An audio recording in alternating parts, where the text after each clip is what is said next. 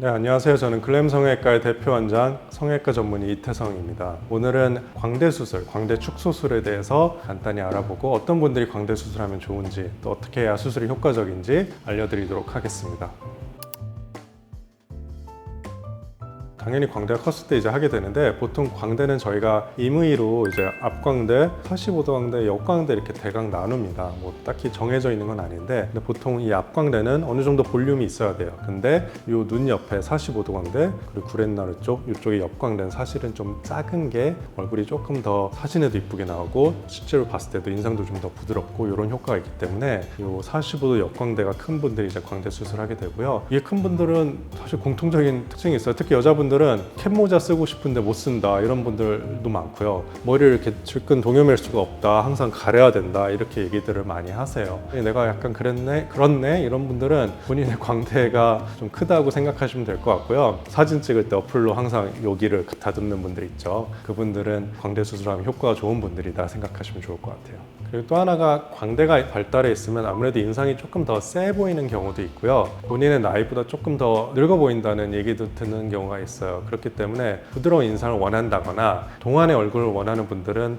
이 광대 수술을 한번 생각을 해야 되는 게 좋을 것 같고요. 광대 수술했을 때 훨씬 더 부드럽고 좀 더 어려 보이는 그런 인상이 될 수 있다 생각하시면 좋을 것 같아요. 맞아요. L자 절골이라는 거는 우리가 광대 특히 45도를 뼈를 자를 때 L자 모양으로 뼈를 잘라서 이름이 붙여졌는데, 요즘은 거의 많은 병원의 광대 수술식이 이 L자 절골로 정립이 되고 있어요. 그만큼 효과가 있고 오랫동안 안정적인 그런 결과를 가져왔기 때문에 L자 절골을 많이 한다고 생각하시면 될 것 같아요.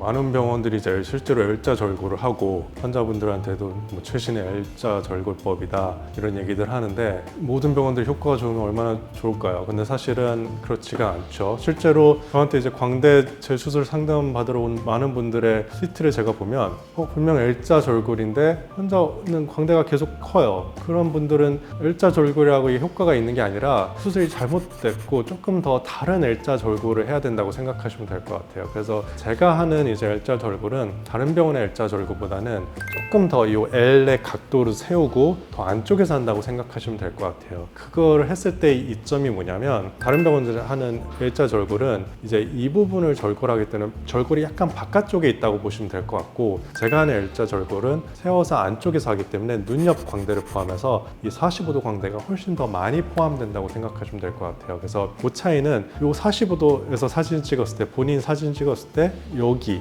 이 부분 눈 옆에 45도 광대가 얼마나 나와 있는지 그걸 확실히 줄이려면 제가 하는 그런 높은 L자 절골을 해야 된다 생각하시면 될 것 같고요. 간단히 얘기하면 많은 여자 연예인분들, 특히나 화면빨 잘 받고 사진빨 잘 받는 그런 여자 연예인들 보면 45도 각도에서 이 눈 옆 광대가 없는 경우가 많이 있어요. 그런 얼굴형, 그러니까 사진을 찍어도 이쁘게 나오는 얼굴형이 되려면 꼭 일반적인 L자 절골이 아니라 높은 L자 절골을 해야 된다. 그걸 할 수 있는 병원과 의사는 사실은 되게 제한적이거든요. 제대로 된 수술법을 해야 된다 생각하시면 될 것 같아요.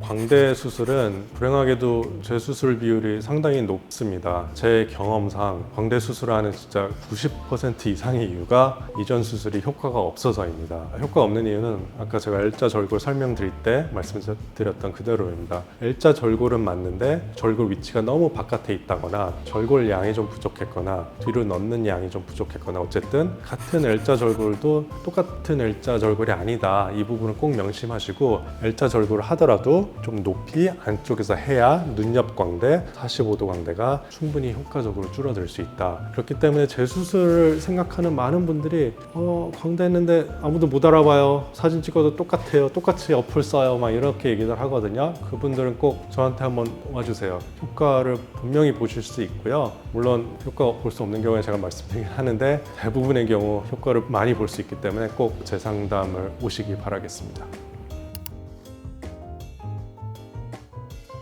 많이들 걱정하는 부작용 중에 하나가 이제 살처짐이에요. 왜냐하면 광대 쪽에 이 볼살이 광대와 근육이나 인대 이런 걸로 이어져 있기 때문에 하고 나서 볼처짐이 많이 온다고 생각들을 해요.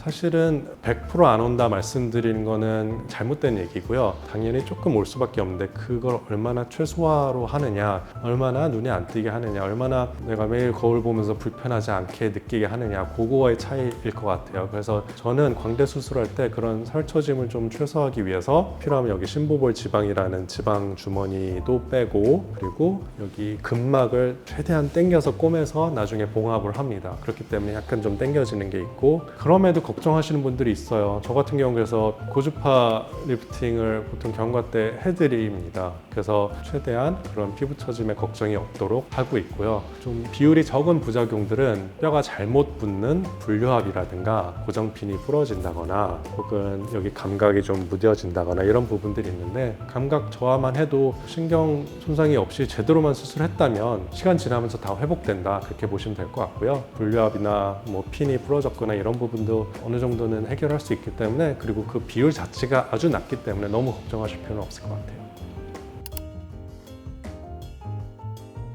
저는 상담받으러 오신 분들한테 꼭 말씀드려요. 광대야말로 한 번에 끝내야 되는 수술이다. 재수술 이런 게 없어야 된다, 이렇게 말씀을 드리거든요. 왜냐하면 광대 수술은 뭐 보시다시피 광대뼈의 폭이 이 정도예요. 여기서 잘못 절골 했거나 뼈가 불료합이 됐다거나 이러면, 제가 아무리 경력이 많고 20년 차 의사지만 마음껏 재수술을 할 수 없는 경우가 분명히 있거든요. 그런 제약이 있기 때문에 광대를 처음에 제대로 효과적이게 다시는 재수술이나 이런 거 신경 안 써도 되게끔 한 방에 끝내는 게 필요하다. 그렇게 하기 위해서는 제대로 된 의사와 병원을 찾는 게 중요하다. 항상 이 말씀을 드려요. 같은 일자절골도 병원마다 다르다, 의사마다 다르다. 꼭 광대는 환자분들이 2번, 3번 고생하지 않기 위해서는 한 번에 제대로 해야 된다. 명심하시길 부탁드리겠습니다.